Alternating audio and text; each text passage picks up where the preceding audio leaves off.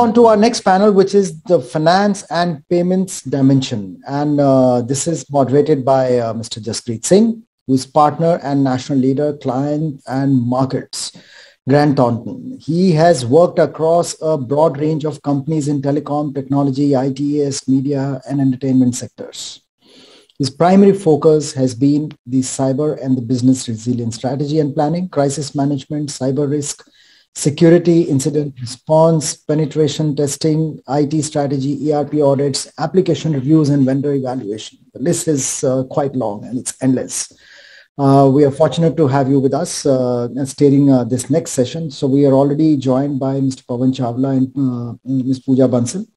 Tanvi and Vipul will be joining in a little while. So Jaspreet, I hand over to you. Kindly do the initial remarks, set the context, and you may also invite the panelists one by one making their introductions. So over to you, Jaspreet. Thank you, Gulsharan. Thank you, Samir. Very good afternoon to my fellow panelists.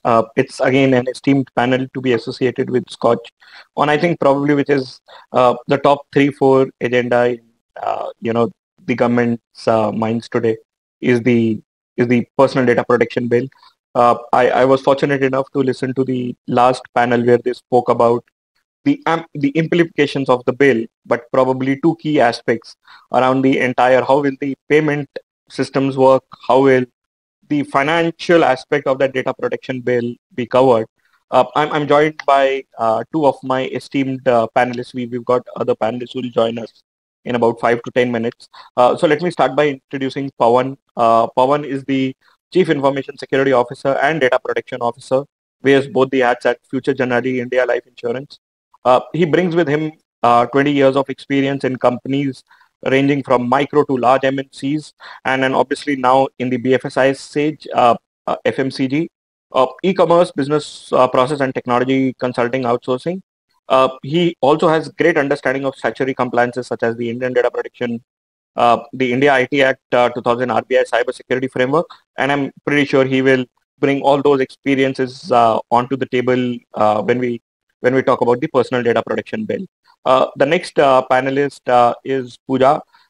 Pooja is the Global Head Security Operations, Compliance and Investigations for PairPortal India Private Limited, which is an e-commerce site present almost in about 130 odd countries. How does she handle all those aspects, and how will personal data protection bill change her organization's dynamics from a finance perspective? What is she seeing in the market from a crypto perspective? We'll go over some of the deliberations.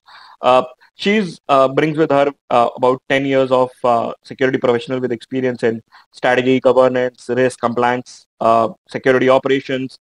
And also she's done implementation of large-scale cyber enhancement programs across a wide range of industries. Welcome, Pawan. Welcome, Pooja. Let me start by talking about the personal data protection bill, which has been in works, right? Whenever we used to do a lot of board meetings and go and talk to them about GDPR, companies who were impacted by GDPR. The deadline was 25th May 2018. A lot of companies came and asked me, who will foot the bill for implementation of tools, technologies, encryption, anonymization, and so on and so forth, right? And then the last panel spoke a lot about consent management, right? And both of you are industry veterans. I don't need to tell you how difficult it is to implement the entire consent management system from a technology perspective, but also given the fact that we Indians, I don't think so. We are very, very concerned about our personal privacy. Two examples that I would like to give everybody. If you've ever traveled in a train, we print everything and put it on the right next to the door, which includes your PNR number, your age, your sex, your all PII information out there. You pick up the PNR, you go to IRCTC website or any other government website, you get all the details. The second would be, the wedding cards that we get. You would see all details, all phone numbers, including the address, very, very clearly mentioned on the wedding cards. With that in place, and then also looking at how in the last 2 months, the entire crypto place the crypto bill, proposed crypto bill is also moving at such a fast pace, and the report submitted by the Joint Parliament Committee on the Personal Data Protection Bill, I think CISOs, esteemed CISOs, as both of you would have your house hands, everything completely full. So coming to you, Pooja, what are your initial reactions when you read about the Personal Data Protection Bill, when you saw what's happening in the entire crypto bill perspective, and what are the steps that you've done in your organization to look at how do you handle both of these? So, with the GDPR that got implemented a few years back, I think from our perspective, because we operate in a number of countries, India being one of the lesser country where we have our presence in. So our operations from a back office perspective are more in India. However, we serve the Western countries more. Because GDPR implemented, we assumed that the data protection bill of India is not going to cause more of a challenge. However, it is easier said than done. Once the data protection bill comes into a law format, once it is passed by the parliament sessions, we are going to see what are the timelines that they provide for implementation, and in actuality, what are the various rules and the guidelines that come across. GDPR had some of the clauses which were very strict, and from an implementation standpoint, we have seen issues in implementing some of the articles, specifically around consent, etc. Now, if you look at various organizations, typically what they've done is done deemed acceptance, which may or may not be relevant in the current reel when this law passes. However, the implementation for 18 months, which was given by GDPR, which was acceptable in the EU stance, because they already had something as a EU law, the Data Privacy Directive, which had been in existence since very long. We as Indians, we really do not give a lot of importance to privacy. We keep giving our phone numbers everywhere, various aspects of usage of the personal data that we give to various organizations is really not implemented in India. And for us to be able to implement that will more depend on the rules once they come, and then preparing a strategy of how it can be implemented.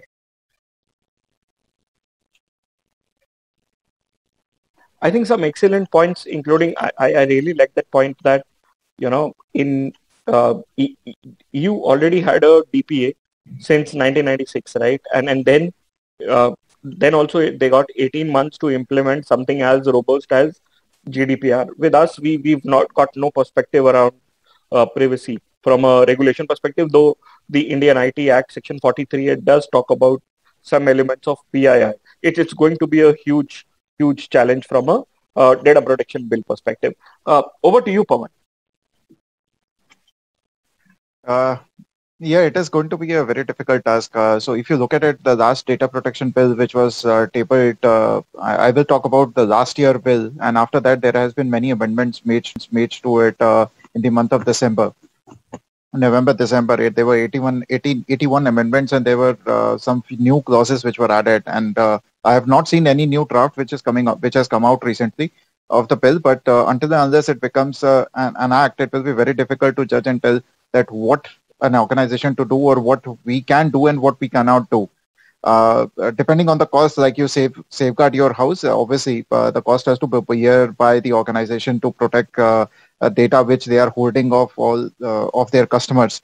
The burden is going to come on the organization, but it is not going to be an easy task. So to be honest, we also started evaluating and started looking into it. I drafted the framework, and when we started implementing, we realized that now there are at many places there are loopholes, and there are many there is a lot of clarity which is required, because the current bill or the act which is proposed drafted has some gray areas.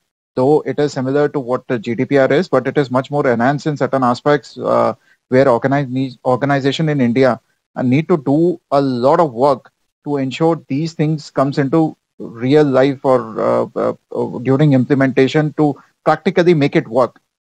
Now we have been talking about consent. Now there is right of removal as well, which need to be focused upon. Now why I say that it is very important, because India is always known for vomiting data country, and it is much more vulnerable because today if you go anywhere, we vomit data like anything. You go to, even when you are visiting a society, you visit any other place, you go to a mall, they ask you to fill up certain forms. They ask certain details about you. Your name and phone number is the most vulnerable thing which is there. And with that, if you look at it, there are many videos which are available on YouTube. I don't need to name them. And if somebody wants to look at it, I always recommend one video which was released by Cisco in 2016 called it's about attack, which was there. I'll just give you the full name in a while. I just slipped my mind, but that's one of the video which I always recommend, because what it showcases how an attacker can correlate a particular information to what they need, and how they can harm you in your real life. So that is something which is very important and need to be focused upon. That will be my take, Jaspreet, on the question which you have asked for. Superb. I think excellent opening comments, Pawan. Let's more digress into the agenda of our panel on around the entire finance and payments ecosystem. I'm sure you would be following that the digital payment landscape has now undergone a massive transformation, and more people are just waiting to adopt it, whether it is cryptocurrencies, digital payments, fintechs, etc. What do you think are the key challenges that would come with this shift? So there are going to be, it again depends. Till the time the act comes out, we don't know what exactly is going to be there, and act also need to be looked at from the practical perspective. What can be implemented, what cannot be. So there is something which is desired, which is going to be there in the act, but practically how much you will be able to implement it, it's something which we will only come to know when we see the final bill or the final act coming out of the parliament and what needs to be done. It is not going to be an easy task, I can tell you. It is going to be a very difficult task, and it is going to take much more than what it would have taken in EU to implement. If they were given 18 months and there are certain organizations which are still struggling to meet all the guidelines, it is going to take much longer in India, because as I said that we even don't know where the data is today. We spill data like anything. There will be a message we will get where it says that you get a free t-shirt, and you submit all the data, including your address, including your phone number, date of birth, whatever it is, your size, t-shirt size, everything you tell them. Similarly, you go to a mall today, if you go grocery shopping, they'll tell you that it's a free holiday which you are going to get. Again, you fill up all the information. So these are common areas which are there. The awareness is going to play a very important role, which is not reached to the maturity level as of now. We keep on getting messages. RBI is doing their job. The banks are doing their job. We as an insurance company keep on circulating information. But whether it is resulting or making user aware, making user attentive, I still believe that it is going to take a lot of time to make people understand that what they need to do when they share the information, what information they should be sharing and what they should not be sharing. Like today, giving you an example, and that's I feel that it's going to be another vulnerable area which need to be focused upon is schools. When you submit your child's school form, you give all the details. They ask you Aadhaar number, they ask you everything. But what are they doing with that particular information? Does our education system has that kind of control today? No, I don't think so. They have. Are they securing? Are they encrypting your data so that it does not become vulnerable? You submit physical Aadhaar copies there. We call it as a social security number of India, but is it secure today? No, it is not. It is not too difficult to get that as a copy, and that's the reason you see there are reports which are coming up, which keeps on coming out that mobile numbers have been issued on some other's name and have been used by somebody else. So it's going to take a lot of time, and that is something which needs to be focused upon, need to be taken care. Sure. I think great remarks, Pawan.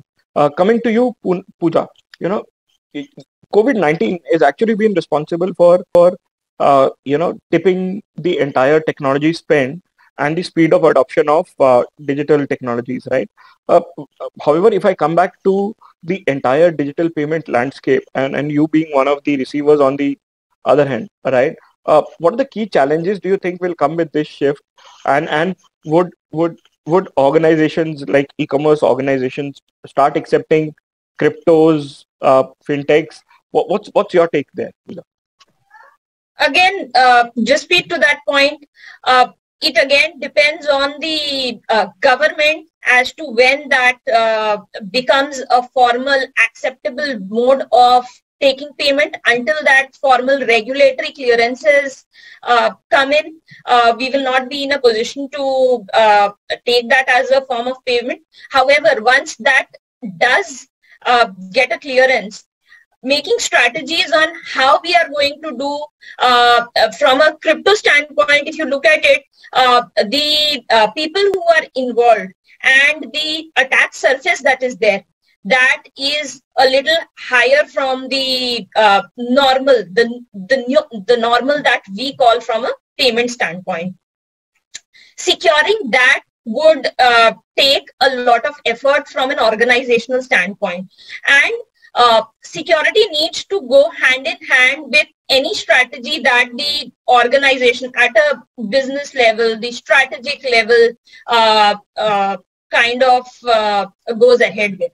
So eventually we have been realizing in most of the organizations, if you look at security is either not involved from the very beginning. So the kind of involvement that security gets to have is maybe in the middle.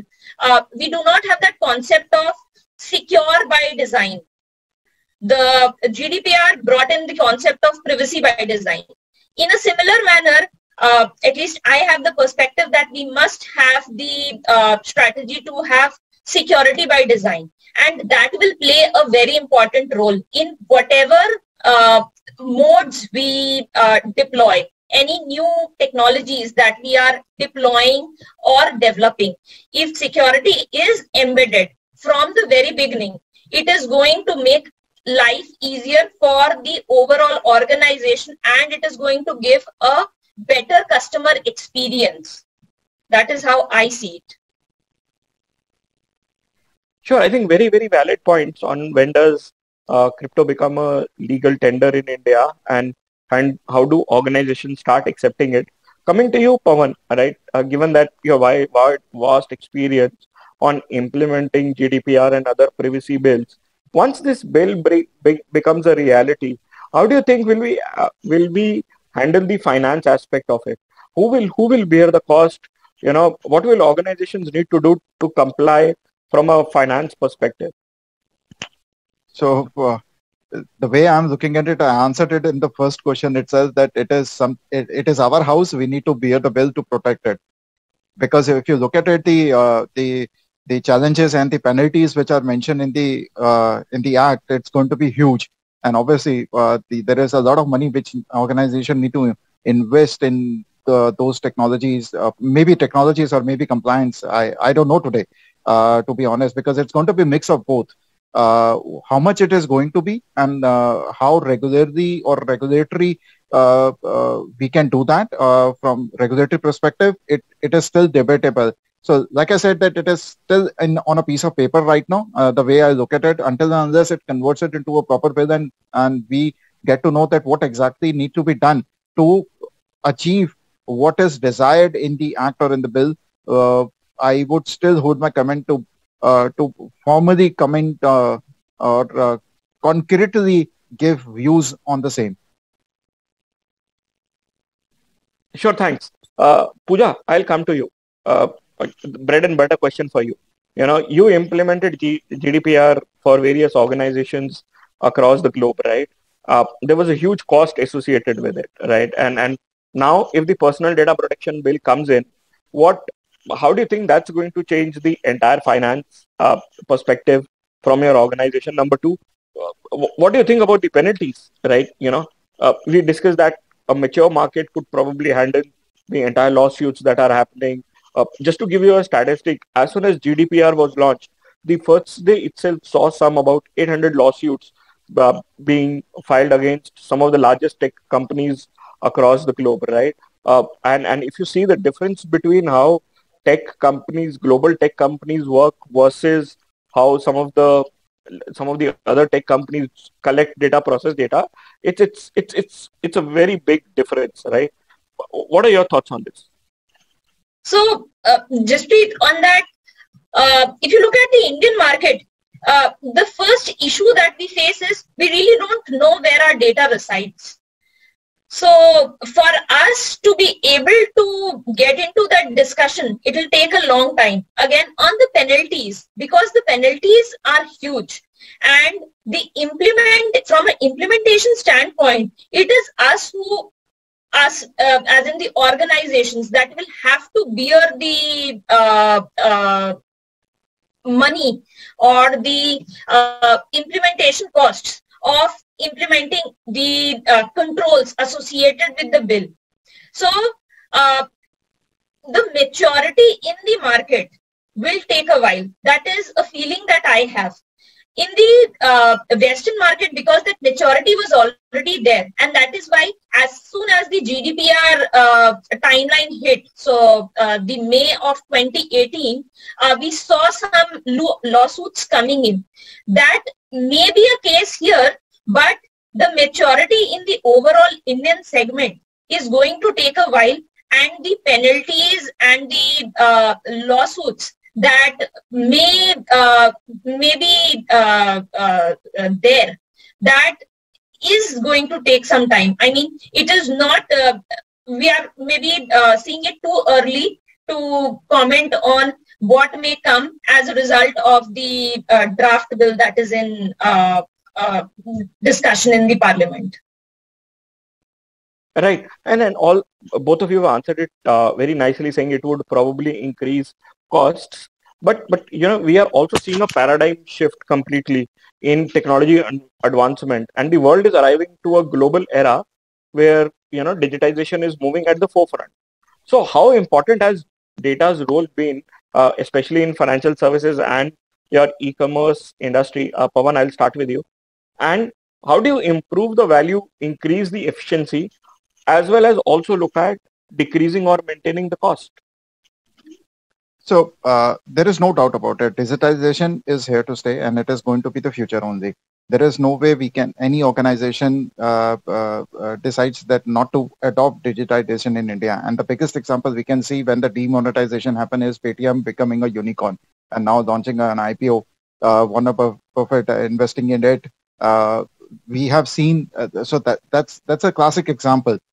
How the money is going to be from paper to becoming a digital money, and it is going to be there in the future as well. And the way I look at it, as it is in the Western world. I mean, when I was in US, we never used to use cash. I mean, it was all plastic money which we were using, and still in India, people are vulnerable to cash. People are, I would say, vulnerable to cash because they are so used to it because of the upbringing which has been brought into individuals, that we believe in cash and then over a plastic money. But the future is going to be plastic money only. It is all going to be that, whether it is there in a Bitcoin form, crypto form, whatever terminology you can use it, or whatever currency you can convert it. It is going to be in a digital form in future. We may say the future is going to be after 30 years or 40 years. We don't know today. It has already started, and the evolution, if you see, it has become that. Now, with such kind of a digitization, the data plays a very important role, and it even today is play. But right now, the data is related to only individual. But once you start monetizing and once you start using all these kind of a data, the controls which an organization should have becomes more important, and it is going to be more relevant to a specific organization, to specific individual. Like, yes, I was reading a news couple of days back. A Bitcoin company owner lost, one Bitcoin company owner died in an accident, and because he had the password of that, now all the people who have invested in his company has lost the money, and it was not small money which we're talking about. It was more than $200 million which we are talking about, and it was all over there on the internet. And today as well, if you forget your Bitcoin or cryptocurrency key, the money is gone. So digitization and securing such kind of a data has become more relevant. It still need to be formalized. It still need to be First of all, it needs to be regulated, then formalized, and then you can implement controls in order to protect that out.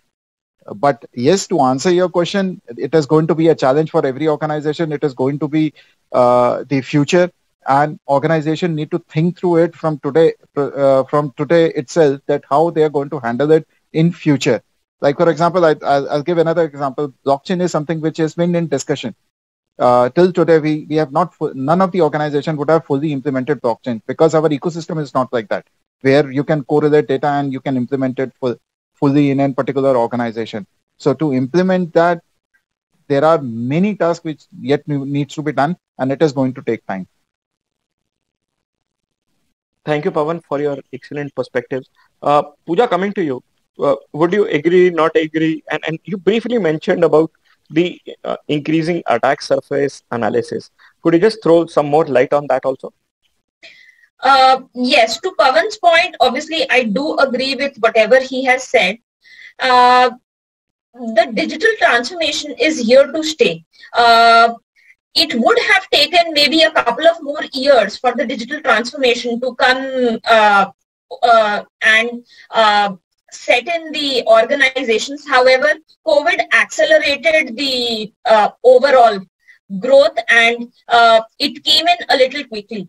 The issues that we saw was a makeshift model. So we kind of tried to replace the existing technologies and went into digitization. We did not adopt a strategy which matched our, say, business goals or objectives, and hence, as an organizations, at least we have seen certain limitations or issues when we talk of the digital transformation. When we talk of the security, the attack surface is increasing. When I said, when we moved from the earlier way the organizations used to do business and the new normal, in which the digital transformation has evolved over a period of time. Specifically, I would say the last 1.5 to 2 years have been the key to this digital transformation. Data, the essential element has been moving out of where we were operating. The offices used to be where we were operating. Now we made a shift from office and we can work from anywhere. The data used to reside in our data centers. Now we have made a paradigm shift and we are moving to the cloud. We are using hybrid clouds. While we did all of this, we may have missed to evaluate the risks that came with the usage of the new technologies. Cloud comes with its own risk. There is a dual ownership, both with the organization and the cloud service providers. There are various types of controls that need to be implemented. But before implementing those controls, we need to assess the risks that really remain in the or are applicable to the organization, and then taking a approach of what risks can be mitigated and what are acceptable depending on the what outweighs the cost of running business. So that is how I would see security plays an important role. However, the cost of mitigating a risk and the cost of doing business, we need to have the right balance strike between the two. I think very, very important aspect where you said where, some of these could eventually become the cost of doing business or the risk of doing business, whichever way you want to put it. Question to both of you, and now I'll start with you, Pooja. We have India Data Protection Bill. We've got GDPR. you got the Brazilian law, you're present all over the globe. Pawan, you've handled multiple countries. How do you keep tag of all these, personal, all these privacy bills which keep popping out? And how does your organization ensure that, number one, you're complying to this? And again, right, sorry for, blowing the same question again. How do you maintain a balance, right, between the penalties, the cost of implementation of controls, etc. And how do you manage the balance, right? For some of the countries where you are present, crypto is a legal tender, right? And what do you do from a privacy perspective, crypto perspective? How do you ensure you've got adequate controls in that business built in? So what we have essentially done is we keep ourselves updated with the regulatory requirements of various countries that we at least operate in.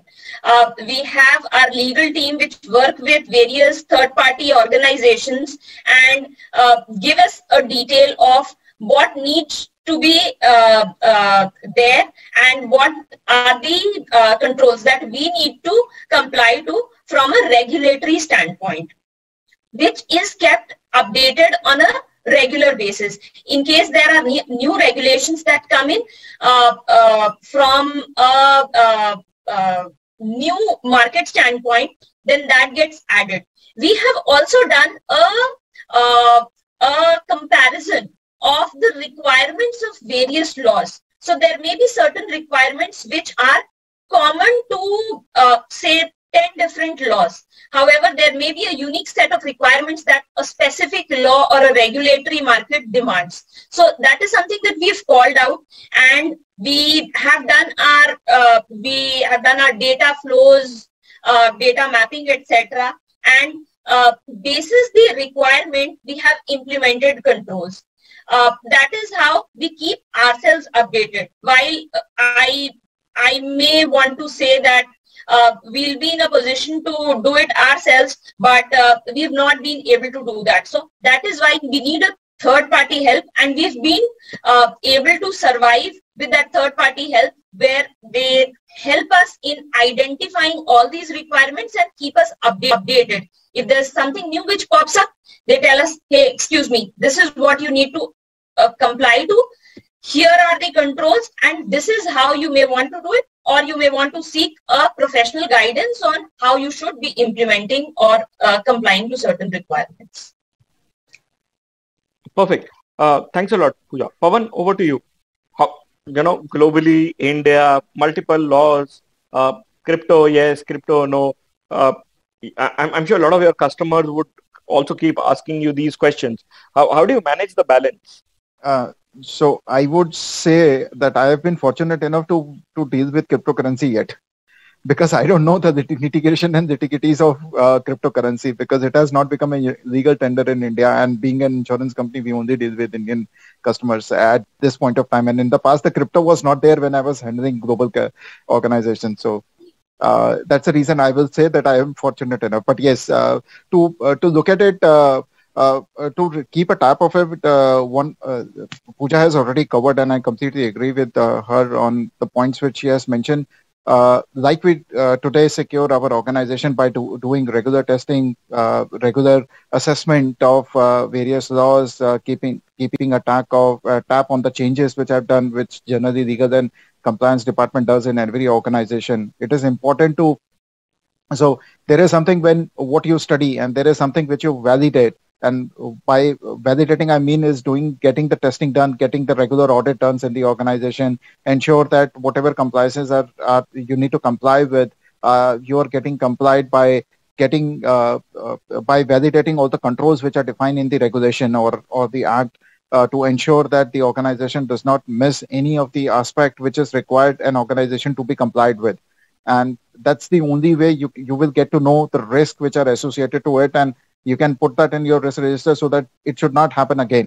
So once it is notified, once it is identified, it should be part of your risk register, which needs to be validated on a regular basis. You should keep on updating it. You need to keep on enhancing it and test it regularly within the organization.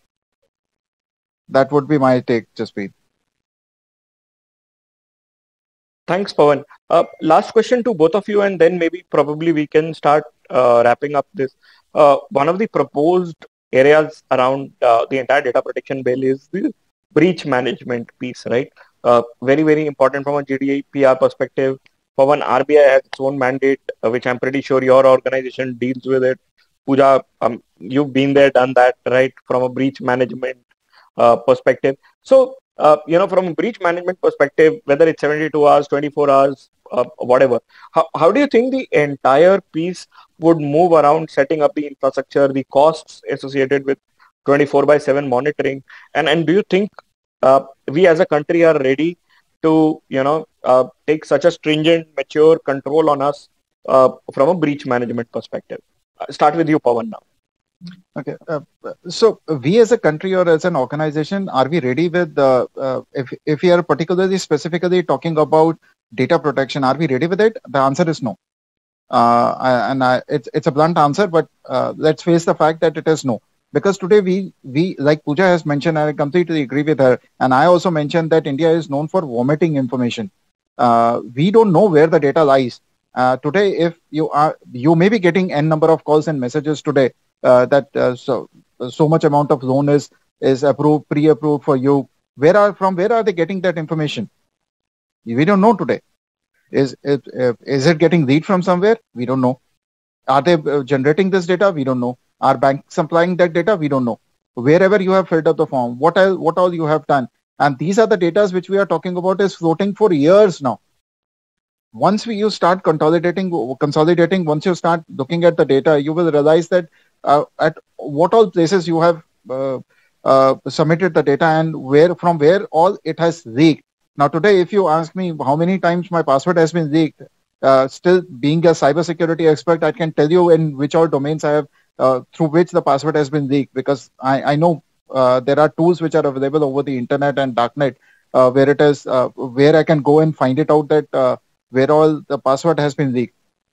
But can you do it similarly with the data today? No, you can't, because there is no standard or a centralized platform which is available which can give you that kind of an information. It is very difficult to know that. It is going to be a big challenge. It is going to be a huge challenge for each and every organization by putting controls and ensuring customers' data is secure. And specifically mentioning two important aspects as per the data protection bill: consent and right of removal are going to play very big role, because they are going to drive your breach, the controls which you want to implement, and penalties which the organization are going to incur once it becomes an act and it comes to the organization for implementation.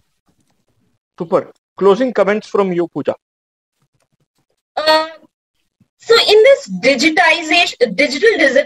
digitization world, where we are moving very paced towards that, and having a secure infrastructure for every organization, it is very important. However, when we talk of security, we are also wanting to have a mature customer experience that we want to deliver to each and every customer of ours. We are currently dealing with only B2C customers. And when it comes to the digital experience, your customers want everything in an automated fashion. There are times when we were having agents to attend to all of the customers with respect to emails, chats, queries on phone, etc. However, there has been a paradigm shift in the expectation of the customers. While there were 24/7 services which were available earlier also, however, with the maturity that has been seen in the overall market, customers expect their queries to be answered within lesser time. They want themselves to be identified. The earlier processes that were working do not work really well now. There has been a shift from the current landscape to a place where people want better experience. Bot is starting to play a very important role in all organizations. We as an organization are investing a lot on giving that digitized experience to our customers. And when we say that we want to give a superior experience to the customers, obviously we want that experience to be good. And when we say good, security plays a very important role. Financial transactions being the heart, in case there is a breach which gets reported, the first kind of loss that an organization faces is a reputational loss. Along with the financial and the monetary loss that comes with penalty, there is a reputational loss. And that reputational loss takes a lot of time to neglify the damage that has been caused for the organization. Hence, we need to have our strategies right, built across the organization so that we move towards a secure land and give our customers a better experience. Thanks a lot, Pooja. Thanks a lot, Pawan. I think it was an honor moderating such an esteemed panel. Unfortunately, two of our key panelists dropped off. I learned a lot in this session. Thank you, Dr. Gurcharan. Thank you, Samir sir, for this opportunity once again. Back to you. Thank you so much. Well, thank you very much, Jaspreet for steering this session. Very well done. A lot of takeaways from there. We'll put all of them together with your help. This brings us to the end of this edition of Public Policy Forum, focusing on security.